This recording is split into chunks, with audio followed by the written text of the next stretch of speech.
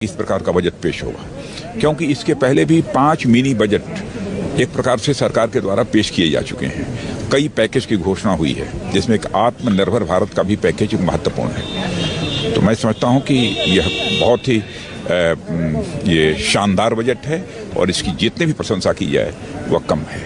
कोई बात नहीं। तो इस वक्त की अपडेट यही है, रक्षा मंत्री राजनाथ सिंह ने भी कह दिया है कि बजट की जितनी तारीफ की जाए उतनी कम है। उन्होंने कहा रक्षा बजट में भी इस बार बढ़ोतरी की गई है, जरूरतों के हिसाब से डिफेंस के बजट में बढ़ोतरी की गई है। जाहिर है रक्षा मंत्री राजनाथ सिंह इस बजट से खुश हैं, लेकिन इससे पहले आपने सुना नितिन गडकरी तारीफ कर रहे थे, योगी आदित्यनाथ तारीफ कर रहे थे। एक एक करके सरकार के सारे मंत्री आएंगे और इस बजट पर अपनी मोहर लगाएंगे, लेकिन विपक्ष की प्रतिक्रियाओं का भी हमें इंतजार है। जाहिर है इस समय असेसमेंट हो रहा होगा, विश्लेषण करने की कोशिश विपक्षी खेमे में भी चल रही होगी। कुछ इकोनॉमिस्ट और इंडस्ट्रियलिस्ट भी होंगे जो ट्विटर पर, सोशल मीडिया पर, टीवी पर आकर कोई 10 में से 10, कोई 10 में 9 में से 10, कोई 10 में से 12 इस तरह के नंबर देते जाएंगे। लेकिन हमारी कोशिश यह है न्यूज़ 24 पर आम आदमी को आम आदमी की भाषा में समझाएं इस बजट से क्या निकला, आपके लिए उसका क्या मतलब है। जो बड़ी बड़ी बातें हैं वो आपकी टीवी स्क्रीन पर आती रहेंगी, लेकिन सबसे बड़ी जो 3-4 बातें इस बजट से निकल कर आई हैं आज वो ये, एक तो पेट्रोल और डीजल पर सरकार ने कृषि सेस लगा दिया है। कृषि सेस जाहिर है ये देखिए, ये एमएसएमई के लिए 15.7 हजार करोड़ का आवंटन है। नए सैनिक स्कूल खोलने का प्रस्ताव है। जाहिर है ये सारी बातें चलती रहेंगी, पर जो आम आदमी को सीधे प्रभावित करती हैं उन बातों में जैसे मैंने बताया, पेट्रोल पर 2.5 रुपए और डीजल पर 4 रुपए एग्री सेस है। इंश्योरेंस सेक्टर में एफडीआई 74% कर दिया गया है, 49% से बढ़ाकर। किफायती घर खरीदने वालों को जो 1.5 लाख रुपए की एक्स्ट्रा छूट ब्याज में दी गई थी उसे 1 साल के लिए बढ़ा दिया गया है। और टैक्स देने वालों के लिए बहुत ज्यादा कोई बड़ी राहत इस बार अनाउंस नहीं की गई है, पर हां 75 साल से अगर आपकी उम्र ज्यादा है तो आपको टैक्स नहीं देना है, वो भी तब अगर आप सिर्फ पेंशन पर और जो ब्याज आता है, आपका इंटरेस्ट आता है, सिर्फ उस पर निर्भर करते हैं तब। इसके अलावा जाहिर है 85,000 करोड़ रुपए के टैक्स डिस्प्यूट्स सरकार ने बताया हाल में खत्म किए गए हैं। इस तरह के डिस्प्यूट्स को जल्दी से जल्दी निपटाया जाए, इसके लिए यह भी कहा गया, सर 3 साल कर दिया ना, 3 साल अमिताभ जी, कि अब 3 साल पुराने टैक्स रिटर्न्स ही खोले जा सकेंगे जिनमें डिस्प्यूट्स है, जिनमें लीगल बहुत बड़ा अमाउंट अगर है तो उसमें 10 साल भी है। 50 लाख से ज्यादा में 50 लाख, वो भी स्पेशल परमिशन के साथ परमिशन से, उसके अलावा 3 साल से ज्यादा नहीं। ओके, दिलीप चेरियन भी मेरे साथ जुड़े हैं। किसानों के लिए अनुराधा जी एक बार फिर से, क्योंकि किसान आंदोलन 2 महीने से देश में चर्चा हो रही है, बहुत ज्यादा बड़ी घोषणाएं इसमें इस बजट में किसानों के लिए नहीं हुई है।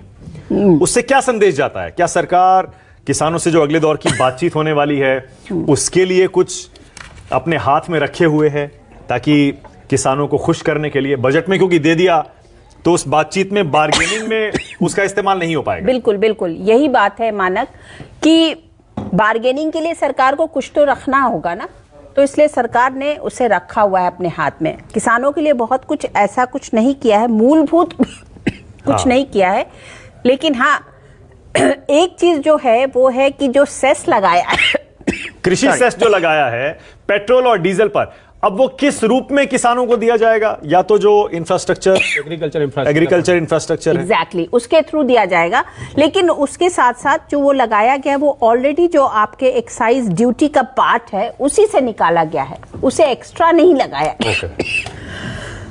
नहीं, सही कह रहे हैं कि इंफ्रास्ट्रक्चर में जो एलोकेशन को बढ़ाया गया है, कैपिटल एक्सपेंडिचर जो बढ़ाया गया है, उसका एक हिस्सा तो निश्चित रूप से खेती के ऊपर, एग्रीकल्चर पर जाएगा। लेकिन मुझे लगता है जरूरत इस बात की थी, क्योंकि मैंने कहा ना एग्रीकल्चर में मेजर प्रॉब्लम है ट्रस्ट डेफिसिट की। अगर निर्मला जी ने जो बताया कि इंक्रीज हुआ है प्रोक्योरमेंट ऑफ व्हीट का, वो सही है, और अगर इसको मेंटेन किया जाता है तो कोई प्रॉब्लम ही नहीं है। लेकिन ट्रस्ट डेफिसिट ये है कि किसान समझते हैं कि शायद नहीं हो पाएगा, चेंज होने वाला है। मुझे लगता है जरूरी आवश्यकता इस बात की थी कि हम बताते कि किस ढंग से किसान जो है ये प्रेजेंट जो व्हीट में फंसा हुआ है उससे डाइवर्सिफाई कैसे कर सकते हैं, सरकार का क्या हैंड होल्डिंग रहेगा और किस तरह से एश्योरेंस, ये ट्रस्ट डेफिसिट को दूर करना चाहिए। इसके लिए कुछ रोड मैप बनानी थी कि इंफ्रास्ट्रक्चर, एग्रीकल्चर इंफ्रास्ट्रक्चर लिए क्या क्या चीजें करना है। Okay, alright. इसे मुझे लगता है कि इस पे काम और होगा। मुझे लगता है इट्स वर्क इन प्रोग्रेस होगा। एग्रीकल्चर पर काम करना वर्क इन प्रोग्रेस होगा, और वो मुझे लगता है कि over the period of time कुछ चीजें आएंगी, निकल के आएंगी। हो सकता है अगर डिस्कशन में जी बिल्कुल बिल्कुल बिल्कुल डिटेल आउट करें, क्योंकि ये सरकार को भी पता है कि कि एग्रीग्रेडियन इकोनॉमी है, इसलिए हमें तो उसके ऊपर ध्यान देना ही पड़ेगा, और इसलिए मुझे लगता है कि वो जरूर होगा। हाँ, लेकिन ये है कि उसका प्लान जो है वो कौन करेगा।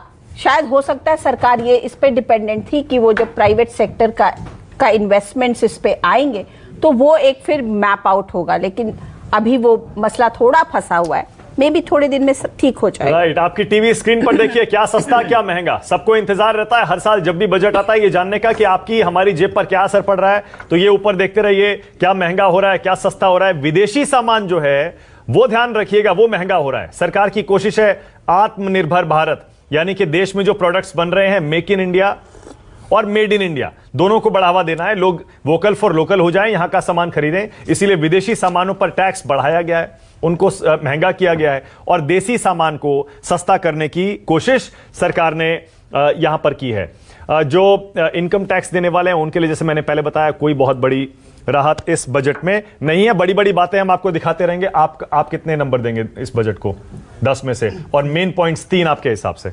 फ्यूचर पॉइंट के हिसाब से अगर हम देखेंगे तो मैं इसको 9 नंबर दूंगा, लेकिन हम करंट पर्सपेक्टिव से देखेंगे तो मैं इसको 5 या 6 नंबर दूंगा। एक्चुअली क्या है कि अभी जो रिक्वायरमेंट है, इमीडिएट रिक्वायरमेंट है लोगों की, वो फुलफिल नहीं हुई है। जो भी सोचा जा रहा था, लग रहा था कि ऐसा होगा, गवर्नमेंट एटलीस्ट कुछ ना कुछ लाएगी, वो सब चीज़ें नहीं मिली हैं। लेकिन फिर भी कुछ 2-3 अगर हम इंपॉर्टेंट बातें देखें तो एक तो था कि एक बार आपने रिटर्न फाइल कर दिया तो उसके 1 साल में आपका केस लग गया। वहीं अब क्या हो रहा है कि इन्होंने एक सेक्शन होता था 147 जिसमें 6 साल तक आपके केसेस खोले जा सकते थे, बट उसको रिड्यूस कर दिया है 3 साल, और वो भी एक एक्सेप्शनल केसेस में कि जहां पर आपकी टैक्स की चोरी 50 लाख से ऊपर है। तो जो छोटे लोग हैं, जो गलती से कहीं पे कुछ गलत हो जाता है तो वो एटलीस्ट इससे बाहर हो जाएंगे। जो छोटे चोर हैं, छोटे चोर नहीं कहेंगे, एक्चुअली कई बार गलतियां हो जाती हैं, कई बार बहुत सारी गलतियां हो जाती हैं छोटी छोटी, जिस वजह से वो एरर्स हो जाती हैं और कहीं ना कहीं वो टैक्सेशन वगैरह में फंस जाते हैं। ये बड़े टैक्स पे ज्यादा छोटी छोटी गलतियां करते हैं सर, वहाँ ये भी वहाँ कहीं ना कहीं प्लानिंग ज्यादा होती है सर, इसीलिए मैंने छोटे चोर का। हाँ, तो वहाँ पे करने वाले तो पता है कम ही होते हैं जी। एक्चुअली गवर्नमेंट का पर्पस क्या है कि ऑनर टैक्स पेयर को रिस्पेक्ट करना, उसको साथ देना, और वहीं पे जितने भी टैक्स पेयर जो भी चोरी कर रहे हैं या अननेसेसरी टैक्स प्लानिंग कर रहे हैं उनको कैप्चर करना। आप देखेंगे ITAT को भी अभी फेसलेस असेसमेंट में लेकर आ रहे हैं। अच्छा, एक बार फिर से जरा मैं PCR को कहूंगा कि स्क्रीन पर वो टैक्स स्लैब्स लेकर आइए जिनमें कोई बदलाव इस बार नहीं किया गया है। जैसे पिछली बार थे बिल्कुल उसी तरह से टैक्स स्लैब्स को छोड़ दिया गया है। टैक्स पेयर को डायरेक्ट रिलीफ क्यों नहीं दिया गया आपके हिसाब से? सर, मुझे लगता है गवर्नमेंट की किटी में इतना था ही नहीं कि वो कुछ दे पाते। देखिए, अब आप देखेंगे तो वो 80,000 करोड़ अभी कह रहे हैं कि अगले 2 महीने में और हम कहीं ना कहीं बोरो करने वाले हैं to meet the financial year 21 की जो भी हमारे टोटल 12 लाख करोड़, टोटल 12 लाख, अभी 80,000 200 लाख करोड़ की हमारी इकोनॉमी है। 200 लाख करोड़ है ना, उसमें से 12 लाख करोड़ अगर हम लोग बोरो कर रहे हैं तो हमारा फिस्कल डेफिसिट कितना हो जाएगा सर? कितना घाटा हो जाएगा? 9.3 तक पहुंच सकता है। पर देखिए, ये इस समय जरूरी है। आप देखिए कि we are in the budget of century. I can tell you, ये 100 साल पहले जो महामारी हुई थी वो सिचुएशन आज हमने फेस की है दोबारा। In spite of all development, all progress, whatever has happened, we have seen the difficulty which COVID has brought even to the most advanced countries in the world, and we have been able to manage without having any initial facilities to deal with the problem. Okay.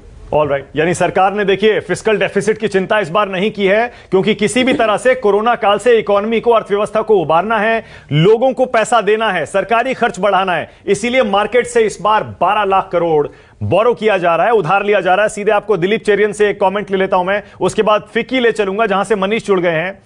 Dilip, आप क्या कह रहे हैं इस budget के बारे में? Number दे दीजिए जल्दी से, और उसके बाद आपके हिसाब से थम्स अप और थम्स डाउन। दिलीप, नंबर मैं 6 दूंगा नंबर, क्योंकि जो एक्सपेक्टेशन था वो नेगेटिव एक्सपेक्टेशंस जो फुलफिल तो नहीं किया, वो अच्छा ही है, क्योंकि ज्यादा सेस नहीं लाया, वेल्थ टैक्स के बारे में बात हो रहा था वो नहीं लाया, पर जो मार्केट के एक्सपेक्टेशंस छोड़कर कॉमन मैन के एक्सपेक्टेशंस अगर देखें तो मेरे ख्याल में कॉमन मैन को चीजें कम दाम में मिलने का उम्मीद था, वो नहीं है। और फ्रेश इन्वेस्टमेंट्स जो छोटे स्तर के लोग करने वाले हैं उनको कुछ ज्यादा फैसिलिटीज नहीं दिए गए। सिंगल यूनिट कंपनीज को दिए हैं, सिंगल पर्सन कंपनीज, पर ये सब छोड़ के अगर आप देखें तो एमएसएमई सेक्टर को जो स्पेशल पुश देना उचित था, जो एम्प्लॉयमेंट में असर पड़ेगा, जो हर जगह पे, हर इंडस्ट्री पे असर पड़ता, तो वो मेरे ख्याल में कम हुआ है। अब ये जो एग्रीकल्चर सेस के बारे में अभी बात हो रहा था, मेरे ख्याल में इसमें भी जब तक हम दिखाएंगे नहीं कि एग्रीकल्चर में government owned infrastructure, government rolled out infrastructure नहीं दिखाएंगे, तो इसमें कोई ज्यादा फायदा होने वाला नहीं है। ओके। रोड सेक्टर और जो एक दो और सेक्टर्स में, शिप ब्रेकिंग, ये सब सेक्टर्स में जो इन्वेस्टमेंट्स दिए हैं वो अच्छे हैं, और इसीलिए मैं तो 6.5 से ज्यादा नहीं दे। Okay, all right. 10 में से 6, 6.5 नंबर दे रहे हैं दिलीप चेरियन। फिक्की ले चलता हूं आपको, मनीष शर्मा मेरे साथ जुड़ रहे हैं। मनीष, फिक्की का क्या रुख है आज के बजट पर? क्या खुश है इंडस्ट्री? मनीष। या इंडस्ट्री खुश है क्योंकि मुझे ऐसा लगता है कि एक लॉन्ग टर्म को दिमाग में रखते हुए बजट अनाउंस किया गया है, और क्वाइट इन लाइन जो हम लोग एक्सपेक्टेशंस रख रहे थे कैपिटल एक्सपेंडिचर के ऊपर, इंफ्रास्ट्रक्चर के ऊपर एक काफी बड़ा पुश है। और कहीं ना कहीं लास्ट कुछ सालों से मैंने ये बात मेंशन की है, मेरे ख्याल 2 या 3 बजट मुझे याद है पिछले जिसमें मैंने ये बात मेंशन की थी कि हम लोग हमेशा एक्सपेक्ट करते हैं कि एक सॉर्ट ऑफ एलोपैथिक ट्रीटमेंट होना चाहिए हर साल, और पिछले 2 से 3 साल से मेरा ऐसा मानना है कि हमने एक आयुर्वेदिक ट्रीटमेंट किया है जो कि वक्त लगाएगा एक असर दिखाने में, लेकिन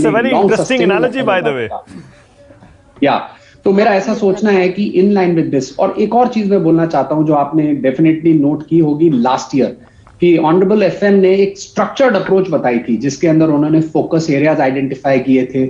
आज भी उनके स्पीच के अंदर एक जो कॉर्पोरेटिश जो एक अप्रोच होती है जिसके अंदर क्लियरली पिलर्स को आइडेंटिफाई करके फोकस आइडेंटिफाई किया जाता है, तो कहीं ना कहीं उस तरीके के एक अप्रोच है। और पहले 2 पिलर जो थे, जो नीड ऑफ द आवर हैं, जिस तरीके से सरकार ने पिछले काफी महीनों में ये बात की है कि हम वेलबींग ऑफ पीपल और साथ में इकोनॉमी को एक साथ देखते हैं, दोनों ये पिलर साथ में जाएंगे, तो एक लार्ज एलोकेशन हुआ है बजट का दोनों तरफ। हेल्थ केयर के ऊपर 137% growth over last year, huge, and I am sure the beauty is in the execution. तो हम देखेंगे कि ये कैसे एग्जीक्यूट होता है। और उसी तरीके से इंफ्रास्ट्रक्चर के ऊपर मैंने कुछ फेलो कलीग्स को बोलते सुना कि हम किस तरीके से इस रेवेन्यू को जनरेट करेंगे। इस साल भी अभी एक मेजर डेफिसिट रहता है और हम 9.3 से 6.8 की सिचुएशन को देख रहे हैं नेक्स्ट ईयर। तो चैलेंजेस बहुत हैं, लेकिन पर डिमांड कैसे आएगी मनीष? मैं तो ये सोच रहा था इंडस्ट्री ठीक है, सरकार के उठाए कदमों से खुश होगी, जब तक डिमांड नहीं होगी तब तक इंडस्ट्री खुश नहीं होगी। डिमांड का स्टिमुलस आप देख रहे हैं, इसमें डिमांड बढ़ेगी इससे? जी, तो ये जो एनालॉजी मैंने आपको दी है आयुर्वेदिक की, देखिए हम बैंडेड सॉल्यूशंस डेफिनेटली नहीं देख रहे हैं। इंडस्ट्री भी ये चाहती है कि एक प्रेडिक्टेबल एनवायरनमेंट बने और एक लॉन्ग सस्टेनिंग पॉलिसी फ्रेमवर्क बने। तो इस बार जो बजट है, और जो पिछले भी 2 बजट्स ऐसे थे जिसमें सप्लाई साइड के ऊपर काफी काम हुआ है, तो आप देखेंगे पिछले 3 से 4 साल में सरकार ने सप्लाई साइड के ऊपर बहुत सारे मेजर्स लिए हैं। और आज भी स्पीच जो ओपन की फाइनेंस मिनिस्टर ने, उन्होंने बोला कि इस बजट को 5 मिनी बजट्स के बैकड्रॉप में देखना चाहिए। और हम लोग इंडस्ट्री काफी एक्टिव थी, फिकी ने काफी क्लोजली काम किया था डीपीआईआईटी के साथ, जो पीएलआई का फ्रेमवर्क बनाया है, और वो काफी एफिशिएंट फ्रेमवर्क है इंडिया को एक ग्लोबल सप्लाई चेन मैप पे पोजीशन करने के लिए। इंडस्ट्री जरूर उस फ्रेमवर्क के जो मेजर्स हैं या जो गाइडलाइंस हैं या जो स्पेसिफिक्स हैं उसका इंतजार कर रही है, जो मैं ऐसा सोचता हूं कि गवर्नमेंट जल्दी अनाउंस करेगी, क्योंकि प्रिंसिपल अप्रूवल कैबिनेट का ऑलरेडी हो चुका है पीएलआई के ऊपर, लेकिन गाइडलाइंस अभी पेंडिंग है। ओके। डिमांड रब ऑफ से आएगी, जो ये मेजर्स लिए गए हैं, इससे जिस तरीके से मार्केट के अंदर रेवेन्यू क्रिएट होगा और उसके रब ऑफ से जॉब्स क्रिएट होंगी और उससे मार्केट के अंदर डिमांड क्रिएट होगी। ओके, इसलिए ऐसा मानना है कि इसका असर आते टाइम लगेगा। ओके, एक ब्रेक लेना है। उससे पहले अनुराधा जी, एक कमेंट आपसे मैं इसलिए चाह रहा हूं क्योंकि जाहिर है हम इंडस्ट्री एक्सपर्ट्स कितने नंबर आ रहे हैं वो सब करते रहेंगे। आम आदमी के लिए एक तो वो कृषि सेस पहले मैं बता रहा था, उसका क्लैरिफिकेशन कर दें, उसका आप पर कोई असर नहीं पड़ने वाला है, पेट्रोल डीजल महंगा नहीं होगा। पर ये बताना आपको जरूरी इसलिए है कि कृषि सेस में पैसा डाला जा रहा है क्योंकि किसान आंदोलन पिछले 2-2.5 महीने से लगातार देश में खूब चर्चा में रहा है। अब ये पैसा कैसे इस्तेमाल होता है किसानों के लिए, वो अलग बात है। दूसरा लोग ये जानना चाह रहे थे, कोरोना वैक्सीन सबको फ्री मिलेगी या नहीं मिलेगी? तो 35,000 करोड़ रुपए का आवंटन तो कर दिया है सरकार ने वैक्सीन के लिए, लेकिन डिटेल्स उसके अभी आए नहीं है। तो लग रहा है आपको कि कम से कम एक सेक्शन जो है, जो डिप्राइव्ड सेक्शन है या जो अफोर्ड नहीं कर सकता है वैक्सीन का खर्चा, उसके लिए कम से कम मुफ्त वैक्सीन का ऐलान, मुझे लगता है एलोकेशन हो गया है, अब बस उसके तो डिटेल्स ये एलोकेशन हुआ है तो अच्छी बात है, क्योंकि डिप्राइव्ड सेक्शन को ही मिलना चाहिए। जो लोग अफोर्ड कर सकते हैं उनको वो अफोर्ड कर सकते हैं। 500, 600, 700 का अगर वैक्सीन आता है तो वो आप और हम अफोर्ड या फिर एक थ्योरी ये है क्यों ना करें, या फिर एक थ्योरी ये है कि फर्स्ट राउंड में पूरे देश को फ्री लगा दी जाए, और उसके बाद, क्योंकि ये तो रेगुलरली लगानी पड़ेगी, दो शॉट लगेंगे, एक पहले लगेगा, उसके बाद एक महीने बाद लगेगा, और हो सकता है उसकी इम्यूनिटी 1-2 साल रहे, क्योंकि आपको लगवानी तो 2 साल बाद फिर पड़ेगी। तो it is part of your health budget. I mean you have to see it like this कि अगर आपको वायरल होता है तो आपको जाकर के दवाइयां खानी पड़ती हैं ना, अगर तो अब उसी तरीके से अभी जो 35,000 करोड़ है वो बहुत कम है। अगर आप कहें कि पहले आप सबको फ्री लगा दीजिए और उसके बाद फिर आप सोचिए कि चार्ज करना है, मुझे लगता है सही नहीं होगा। इस पे एक चीज है कि जो वैक्सीन की हम 500-600 रुपए कॉस्ट की बात कर रहे हैं, तो जो कोवैक्सीन है उसकी गवर्नमेंट प्रोक्योरमेंट 95 रुपीज की है, और जो कोविशील्ड है उसकी गवर्नमेंट प्रोक्योरमेंट 200 रुपए की है। सर दोनों बराबर ही पड़ रही हैं अभी मेरे ख्याल से, मुझे नहीं पता ये 95 आपने कहां से पढ़ा है, अभी दोनों बराबर आ रही है। नहीं, मैंने कंपनी का स्टेटमेट पढ़ा था। नहीं, हमने जो कैलकुलेशन लेटेस्ट किया है उसमें कोवैक्सीन और कोविशील्ड दोनों कीमत वो कोवैक्सीन दरअसल क्या, भारत बायोटेक ने कुछ डोजेस फ्री दिए हैं सरकार को, और कुछ की कीमत ज्यादा है, तो मिला के एवरेज अपना 200 के आसपास ही पड़ रहा है। वो उतनी ही कोवैक्सीन पड़ रही है, उतनी ही कोविशील्ड पड़ रही है। देखिए, हेल्थ सेक्टर पे हमने डबल किया है, और डबल से भी थोड़ा ज्यादा किया है एलोकेशन, लेकिन उसमें ये जो 35,000 करोड़ जो है वो वैक्सीन के लिए रखा हुआ है। अगर आप देखें तो पर पर्सन 500-600 रुपए के बीच में पड़ेगा, including the cost of transportation, उसको थोड़ा 700 रुपए पड़े। 35,000 crore is enough to give free vaccine, only cost अगर आपको देखें टू 700 मिलियन पीपल, जो हर्ड 70 करोड़ हर्ड इम्यूनिटी आ जाए, 70 करोड़ सर, 700 मिलियन मतलब 70 करोड़ जो हर्ड इम्यूनिटी के लिए चाहिए। मुझे लगता है कि जो अनुराधा जी ने कहा कि 600 रुपए लगता है, हमने मास्क के लिए मिडिल क्लास ने एक हफ्ते के लिए 600 रुपए खर्चा किया है, तो ऐसा क्यों करें, हम सबके लिए करें इसको। अगर आप सिर्फ टारगेटिंग करें और फिर rural health mission, urban health mission, wellness centre वहां पर लेके आए, मुझे लगता है ज्यादा अच्छा रहेगा। बिल्कुल सही है। छोटा सा ब्रेक हमें लेना पड़ेगा, लेकिन न्यूज़ 24 लगातार आपको बता रहा है बजट में आपके लिए क्या है, हर सेक्टर के लिए, आम आदमी के लिए, मिडिल क्लास के लिए, इंडस्ट्री के लिए, और एक्सपर्ट्स कैसे इसको रेट कर रहे हैं ये भी बताएंगे, किसानों के लिए क्या है ये भी बताते रहेंगे। नमस्कार, मैं हूं मानक गुप्ता। अगर आपको हमारा ये वीडियो पसंद आया हो तो इसे लाइक और शेयर जरूर करें, और हां, हमें सब्सक्राइब और फॉलो करना ना भूलें, ताकि आप देश और दुनिया की कोई खबर मिस ना करें। तो जुड़े रहिए हमारे साथ और देखते रहिए न्यूज़ 24।